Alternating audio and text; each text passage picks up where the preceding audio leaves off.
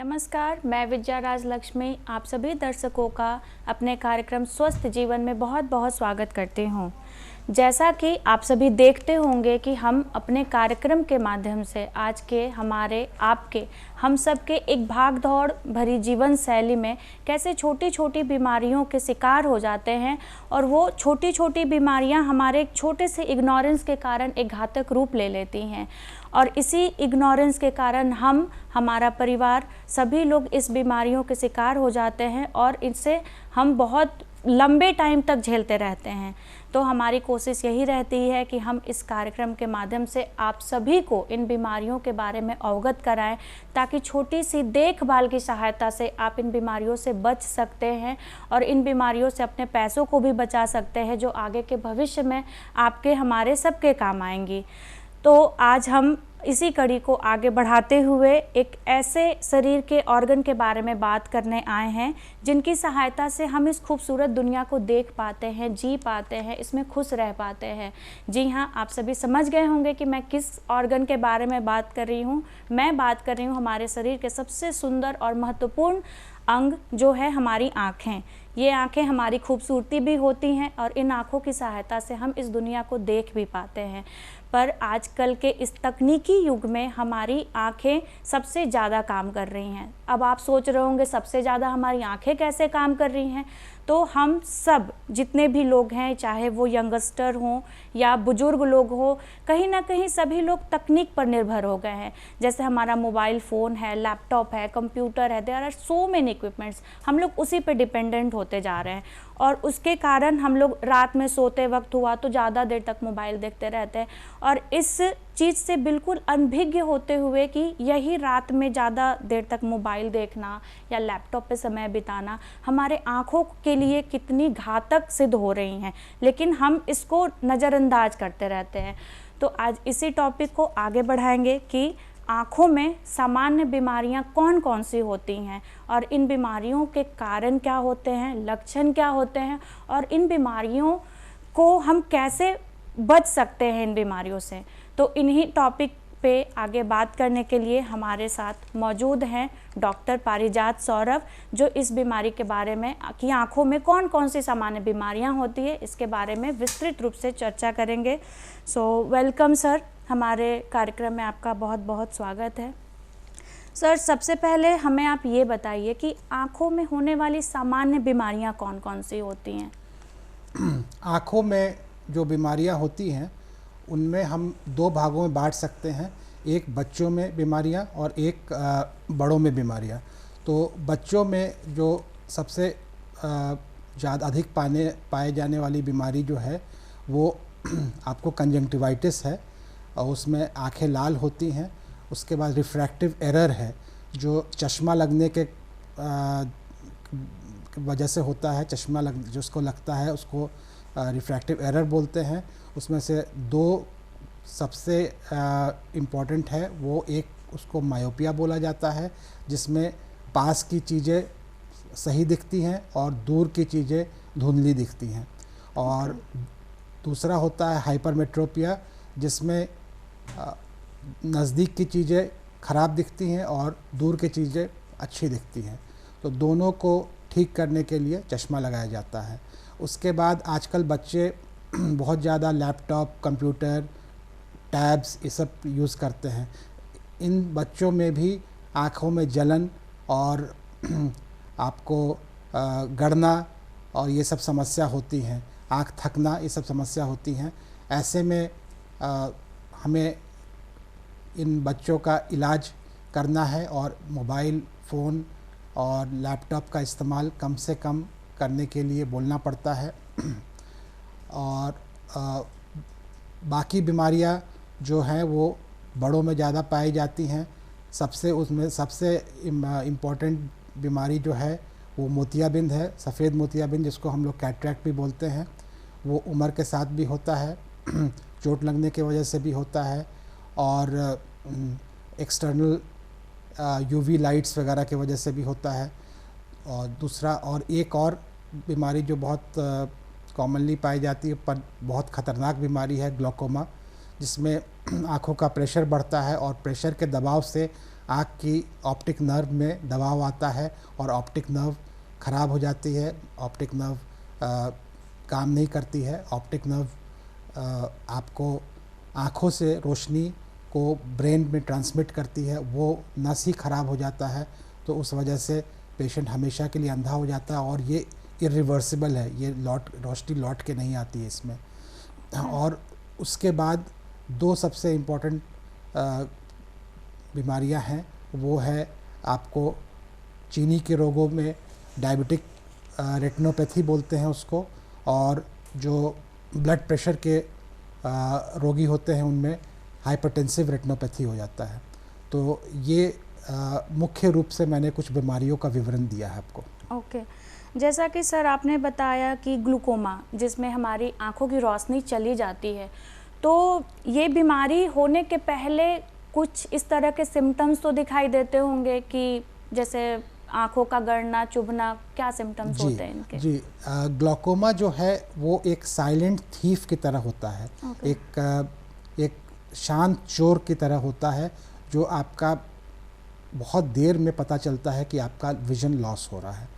तो ऐसे में जब पेशेंट पहली बार आता है तो बहुत हद तक डैमेज हो चुका रहता है। तो इस केस में आपको ये है कि हमारे लोगों को बताना है हमें कि अपना आँख का संयमित जांच करवाएं। 40 वर्ष के पूर्व अपना आँख जांच करवाएं, और हमारा नेत्र चिकित्सकों का काम है कि ग्लूकोमा के लाइन पे उनको देखा जाए। कभी कभी ग्लूकोमा के बारे में शुरू में नहीं मालूम चलता है, वो अगर टाइमली दिखाते रहेंगे, टाइमली अपना चेकअप कराते रहेंगे तो मालूम चल जाता है। ये जो ग्लूकोमा के बारे में बताया, ये ओपन एंगल ग्लूकोमा है। ग्लूकोमा का एक सब क्लासिफिकेशन है, इसमें बहुत देर तक पता नहीं चलता है। ये पता तभी चलेगा जब डॉक्टर के पास जाते हैं मरीज। तो मेरा सबको यही संदेश है कि 40 साल होने के उपरांत अपना आँख का जांच कराएं, और अगर ग्लूकोमा है तो उस समय डिटेक्ट हो जाएगा। दूसरा ग्लूकोमा का क्लासिफिकेशन है प्राइमरी एंगल क्लोजर ग्लूकोमा। इसमें क्या होता है कि आँख से निकलने वाली एक तरल पदार्थ होती है जिसको एक्वस ह्यूमर बोलते हैं, उसके रास्ते में रुकावट होती है। तो ये ग्लूकोमा जो होता है ये शुरू में पता चल जाता है। तो इसमें क्या आँखों में दर्द होना, लाली होना, और वो दर्द बढ़ के बहुत ज़्यादा भी हो जाता है। तो ये दर्द से बेचैनी हो जाता है। तो ये कंडीशन जो है ये डिटेक्टेबल है, ये पेशेंट के सिम्टम से डिटेक्टेड होता है, और इस समय बहुत ज़्यादा नुकसान भी नहीं हुआ रहता है। तो ये दो मुख्य ग्लूकोमा के क्लासिफिकेशन है, और ऐसे मरीजों को डॉक्टर से कंसल्ट करना चाहिए। तो जो सर अभी आपने बताया एक्वस ह्यूमर, तो वो तरल पदार्थ जैसे हमारे आंसू निकलते हैं, क्या वो है या कुछ और है? ये वो नहीं है। ये आँखों के अंदर बनता है और आँख का इंटेग्रिटी मेंटेन करता है। आँख में जो लेंस और आइरिस के बीच में जो स्पेस होता है उसका इंटेग्रिटी, आइरिस के पीछे का ये तो एक तरह से समझ लीजिए कि ये एक्वस ह्यूमर है, और एक और पदार्थ होता है उसको विट्रस ह्यूमर बोलते हैं। ये दोनों मिला के ना आँख का शेप और साइज़ मेंटेन करते हैं। ओके। तो जैसा कि अभी सर ने बताया कि एक एज के बाद जैसे ग्लूकोमा जो बीमारी होती है वो साइलेंट थीफ है, मतलब आप पता भी नहीं कर पाएंगे और वो बीमारी हो जाएगी, और जिससे आप अपने आँखों की रोशनी खो सकते हैं। इसलिए आप सभी से निवेदन है कि जो 40 के उम्र के हो चुके हैं, 40 के उम्र के पड़ाव को पार कर चुके हैं, वो रेगुलर अपने आँखों की चेकअप कराते रहें, अपने नज़दीकी हॉस्पिटल में जाएं और टाइम टू टाइम अपने आँखों का इलाज करवाते रहें, ताकि आपको ग्लूकोमा जैसी घातक बीमारियों का शिकार नहीं होना पड़े। अब आगे हम सर से जानते हैं, जैसे सर अभी आपने एक डायबिटिक पेशेंट के लिए एक आपने चर्चा की डायबिटिक रेटिनोपैथी, तो इसका क्या सिम्टम्स है सर? डायबिटिक रेटिनोपैथी जो पेशेंट्स चीनी के रोगी हैं, डायबिटिक हैं, जिनका चीनी का लेवल अधिक बढ़ा रहता है, वो कुछ समय के बाद उनके आँखों के रेटिना में खराबी आने लगती है।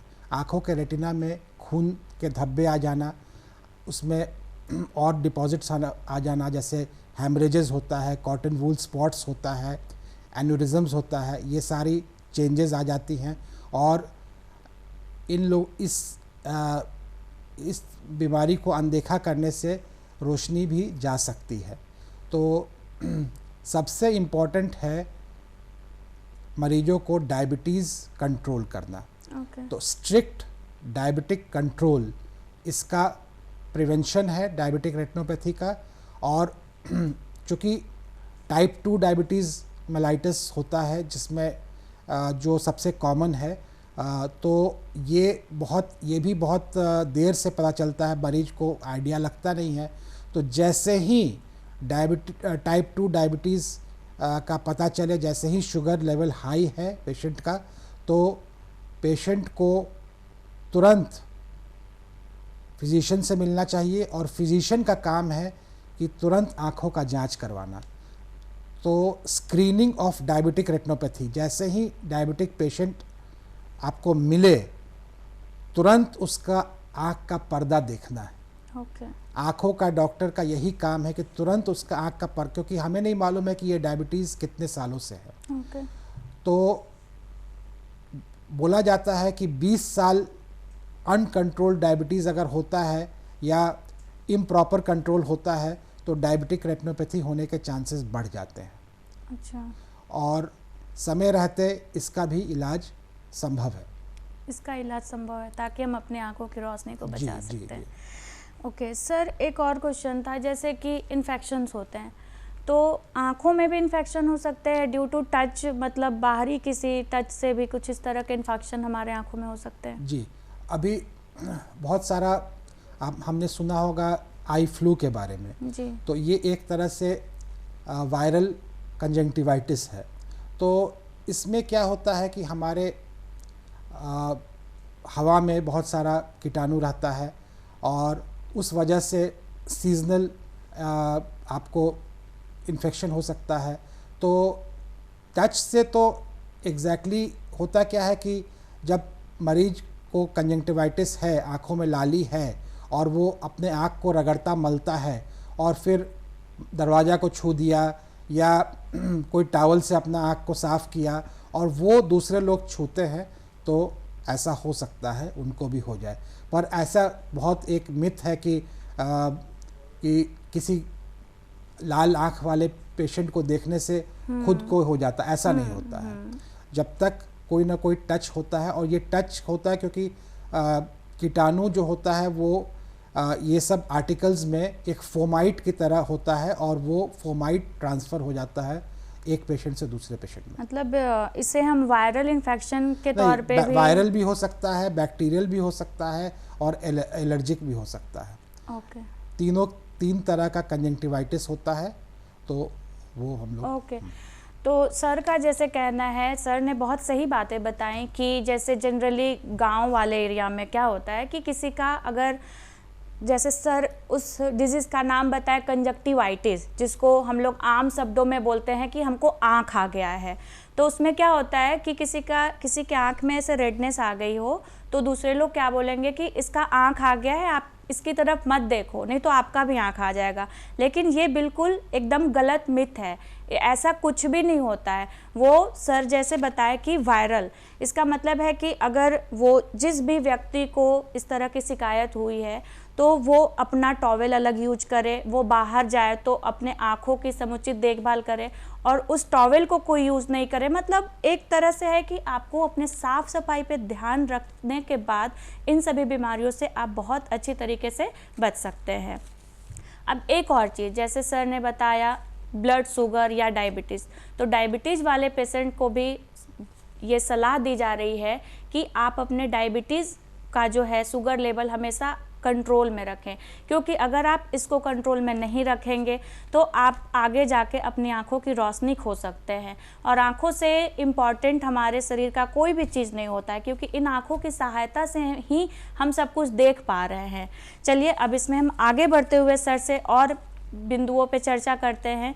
जैसे कि सर, जो हमारा आँख होता है, आँख वेयर वी यूज़ काजल, जहाँ हम लोग काजल का इस्तेमाल करते हैं, वहाँ पे बहुत सारे डॉट हो जाते हैं।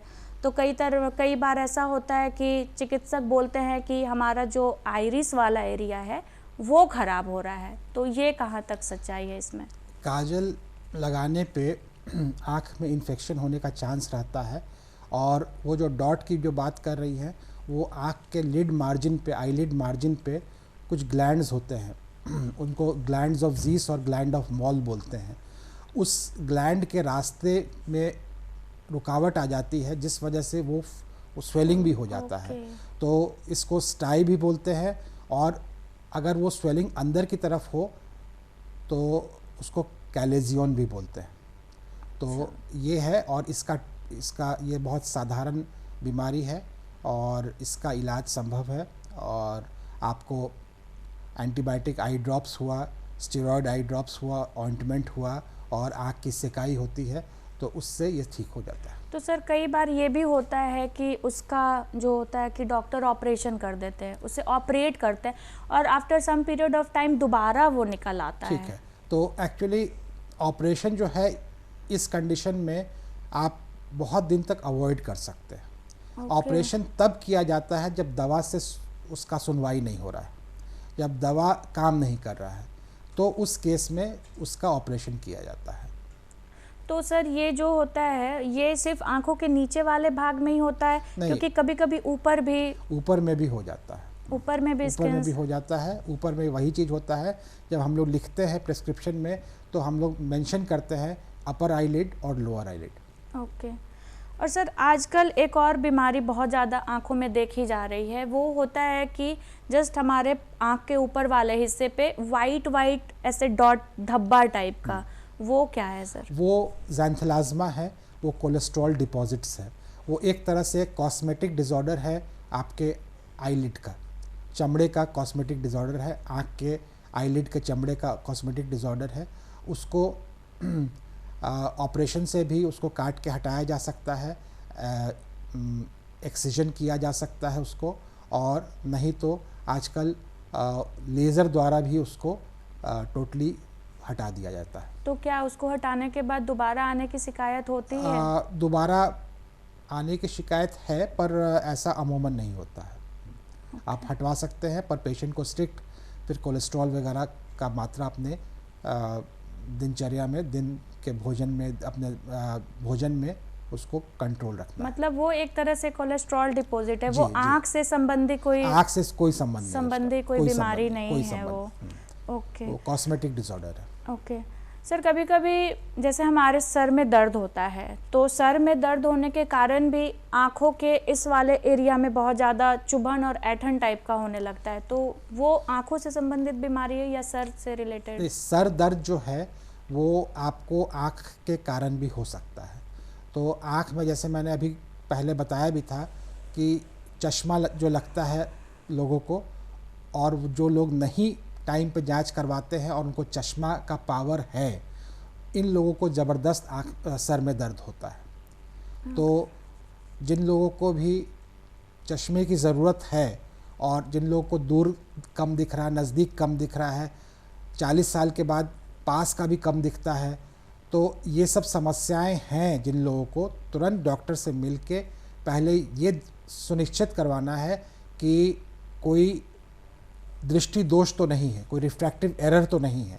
अगर है तो चश्मा द्वारा उसका इलाज किया जाता है। सर जैसे अगर किसी तरह का मतलब आई साइट में प्रॉब्लम, जैसे अभी आपने बताया कि निकट दृष्टि दोष या दूर दृष्टि दोष, but we are doing well, मतलब हमें देखने में किसी तरह की कोई परेशानी नहीं है, लेकिन हमारे सर में बहुत ज़्यादा दर्द है और आँखों में भी बहुत ज़्यादा दर्द है, तो बहुत लोग हमें सजेस्ट करते हैं कि अगर आप काम करने वाली हों, अगर आप वर्किंग हो एंड आप कंप्यूटर पे काम कर रहे हो, तो इन दैट केस भी आपको चश्मा का यूज करना चाहिए अगर आपकी आई साइट ठीक है फिर भी। तो ये कहाँ तक सही है? ठीक है, ये जो आपने हेडेक बताया जिसमें चश्मे की ज़रूरत नहीं है, मतलब रिफ्रैक्टिव एरर नहीं है, उसके बावजूद भी हेडेक होता है जी। तो ये माइग्रेन का लक्षण है। ओके। देहात में हम लोग बोलते हैं अधकपारी। ओके। ऐसा हो सकता है। इसमें क्या है कि समय पे खाना पीना खाना है, भूखे पेट नहीं रहना है, मानसिक तनाव कम से कम रखना है और परिवार में झगड़ा झंझट नहीं होना चाहिए, स्ट्रेस फ्री लाइफ होना चाहिए इस तरह के कंडीशन में। और कुछ हम लोग दवा भी देते हैं सर दर्द का, जैसे पैरासीटामॉल हुआ और ये नीमोसोलाइड हुआ, और फिर हम लोग प्रोपेनोलॉल का भी टैबलेट देते हैं, इंडेरल के नाम से आता है। तो ये सब दे के माइग्रेन का ये किया जा सकता है, कंट्रोल किया जा सकता है। माइग्रेन कंट्रोल किया जा सकता है, इसका पूरी तरह से इलाज संभव नहीं है। और धूप धुआं गर्दा से भी बचना है। धूप से बचने के लिए धूप के लिए गॉगल्स लगाना ज़रूरी है। कंप्यूटर पे जहाँ तक आपने पढ़ने की बात की, तो कंप्यूटर्स के भी रेस से बचने के लिए आजकल ब्लू फिल्टर ग्लासेस दिया जाता है। ओके सर, जैसे हम लोग मोबाइल यूज करते हैं तो मोबाइल में क्या होता है कि उसमें मोड दिया हुआ रहता है कि अगर आप रात में मोबाइल यूज कर रहे हैं तो आप इस रीडिंग मोड को ऑन कर लीजिए, उससे आंखों पे प्रभाव नहीं पड़ता है। तो क्या ये सच है? मोबाइल में तो मुझे नहीं लगता है कि ऐसा कोई प्रॉब्लम है, पर बहुत सारे मोबाइल यूज़र्स सेंसिटिव हैं। हमारे पास बच्चे आते हैं जो रात को पढ़ते हैं, आजकल बहुत सारा कॉम्पिटिटिव एग्ज़ाम हो गया है तो मोबाइल के द्वारा पढ़ा जाता है, लैपटॉप के द्वारा पढ़ा जाता है। तो ऐसे बच्चों को आँखों में थकान रहती है। तो ये कंडीशन में आपको ज़रूर ब्लू फिल्टर ग्लास यूज़ करना चाहिए। और कुछ लुब्रिकेटिंग आई ड्रॉप्स है, जैसे कार्बोक्सी मिथाइल सेलुलोज आई ड्रॉप है, और प्रोपिलीन आई ड्रॉप है, सोडियम हाइड्रोनेट आई ड्रॉप है। ये सब आई ड्रॉप्स को सुबह दोपहर शाम डाला जाए तो आँखों में समस्याएं कम होंगी। मतलब नॉर्मल वे में भी, मतलब अगर किसी तरह का कोई परेशानी नहीं है but we are using computer laptop, तो हम लोग ये सब आई ड्रॉप्स का यूज करना चाहिए। इससे आपको बहुत हद तक आराम मिलेगा जब आप अपना अधिक लाइट में काम कर रहे हैं, या कंप्यूटर में काम कर रहे हैं, या मोबाइल में काम कर रहे हैं। ओके सो सर ने जैसा बताया कि अगर आप वर्किंग हैं या पढ़ाई करने वाले हैं, जनरली ये इन्फॉर्मेशन सभी के लिए है कि हम कुछ आई ड्रॉप्स का यूज करके, जो जिसका सर ने अभी प्रेस्क्रिप्शन दिया, उन आई ड्रॉप्स को हम नॉर्मल वे में भी यूज कर सकते हैं, जिससे हमारी आँखों में थकान नहीं होगा। क्योंकि अगर हम थक जाएंगे, क्योंकि जनरली हमें काम करना है, हमें दिमाग से काम करना है, तो कहीं ना कहीं हमारे शरीर का पूरा हिस्सा जो होता है वो मैसेज हमारा दिमाग ही देता है कि अब क्या करना है, आगे क्या करना है। तो कहीं ना कहीं हम काम करते वक्त बहुत बार ऐसा होता है कि हम बहुत ज़्यादा काम नहीं करने के बावजूद थका हुआ महसूस करते हैं और लगता है आंख बंद करें चुपचाप सो जाए। तो इस केस से बचने के लिए, अगर आपको काम है, बचा हुआ है, आप नहीं कर पा रहे, उसके बाद भी आप थका हुआ महसूस कर रहे हैं, तो इन आई ड्रॉप्स की मदद से हम अपने आप को थकान से भी बचा सकते हैं जो हमारी आंखों को होती है। चलिए आगे बढ़ते हैं। सर से एक और क्वेश्चन ये है सर कि क्या आंखों में होने वाली बीमारियां आनुवंशिक भी होती हैं?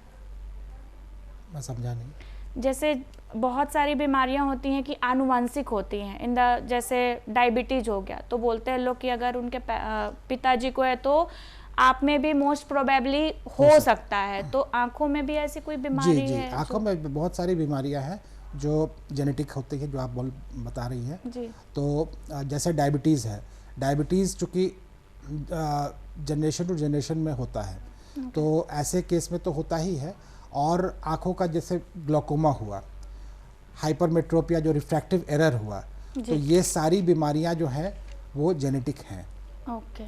इसमें अगर आपके पिताजी को है, आपके माताजी को है, तो ग्लोकोमा का जांच बच्चों को भी कराना चाहिए।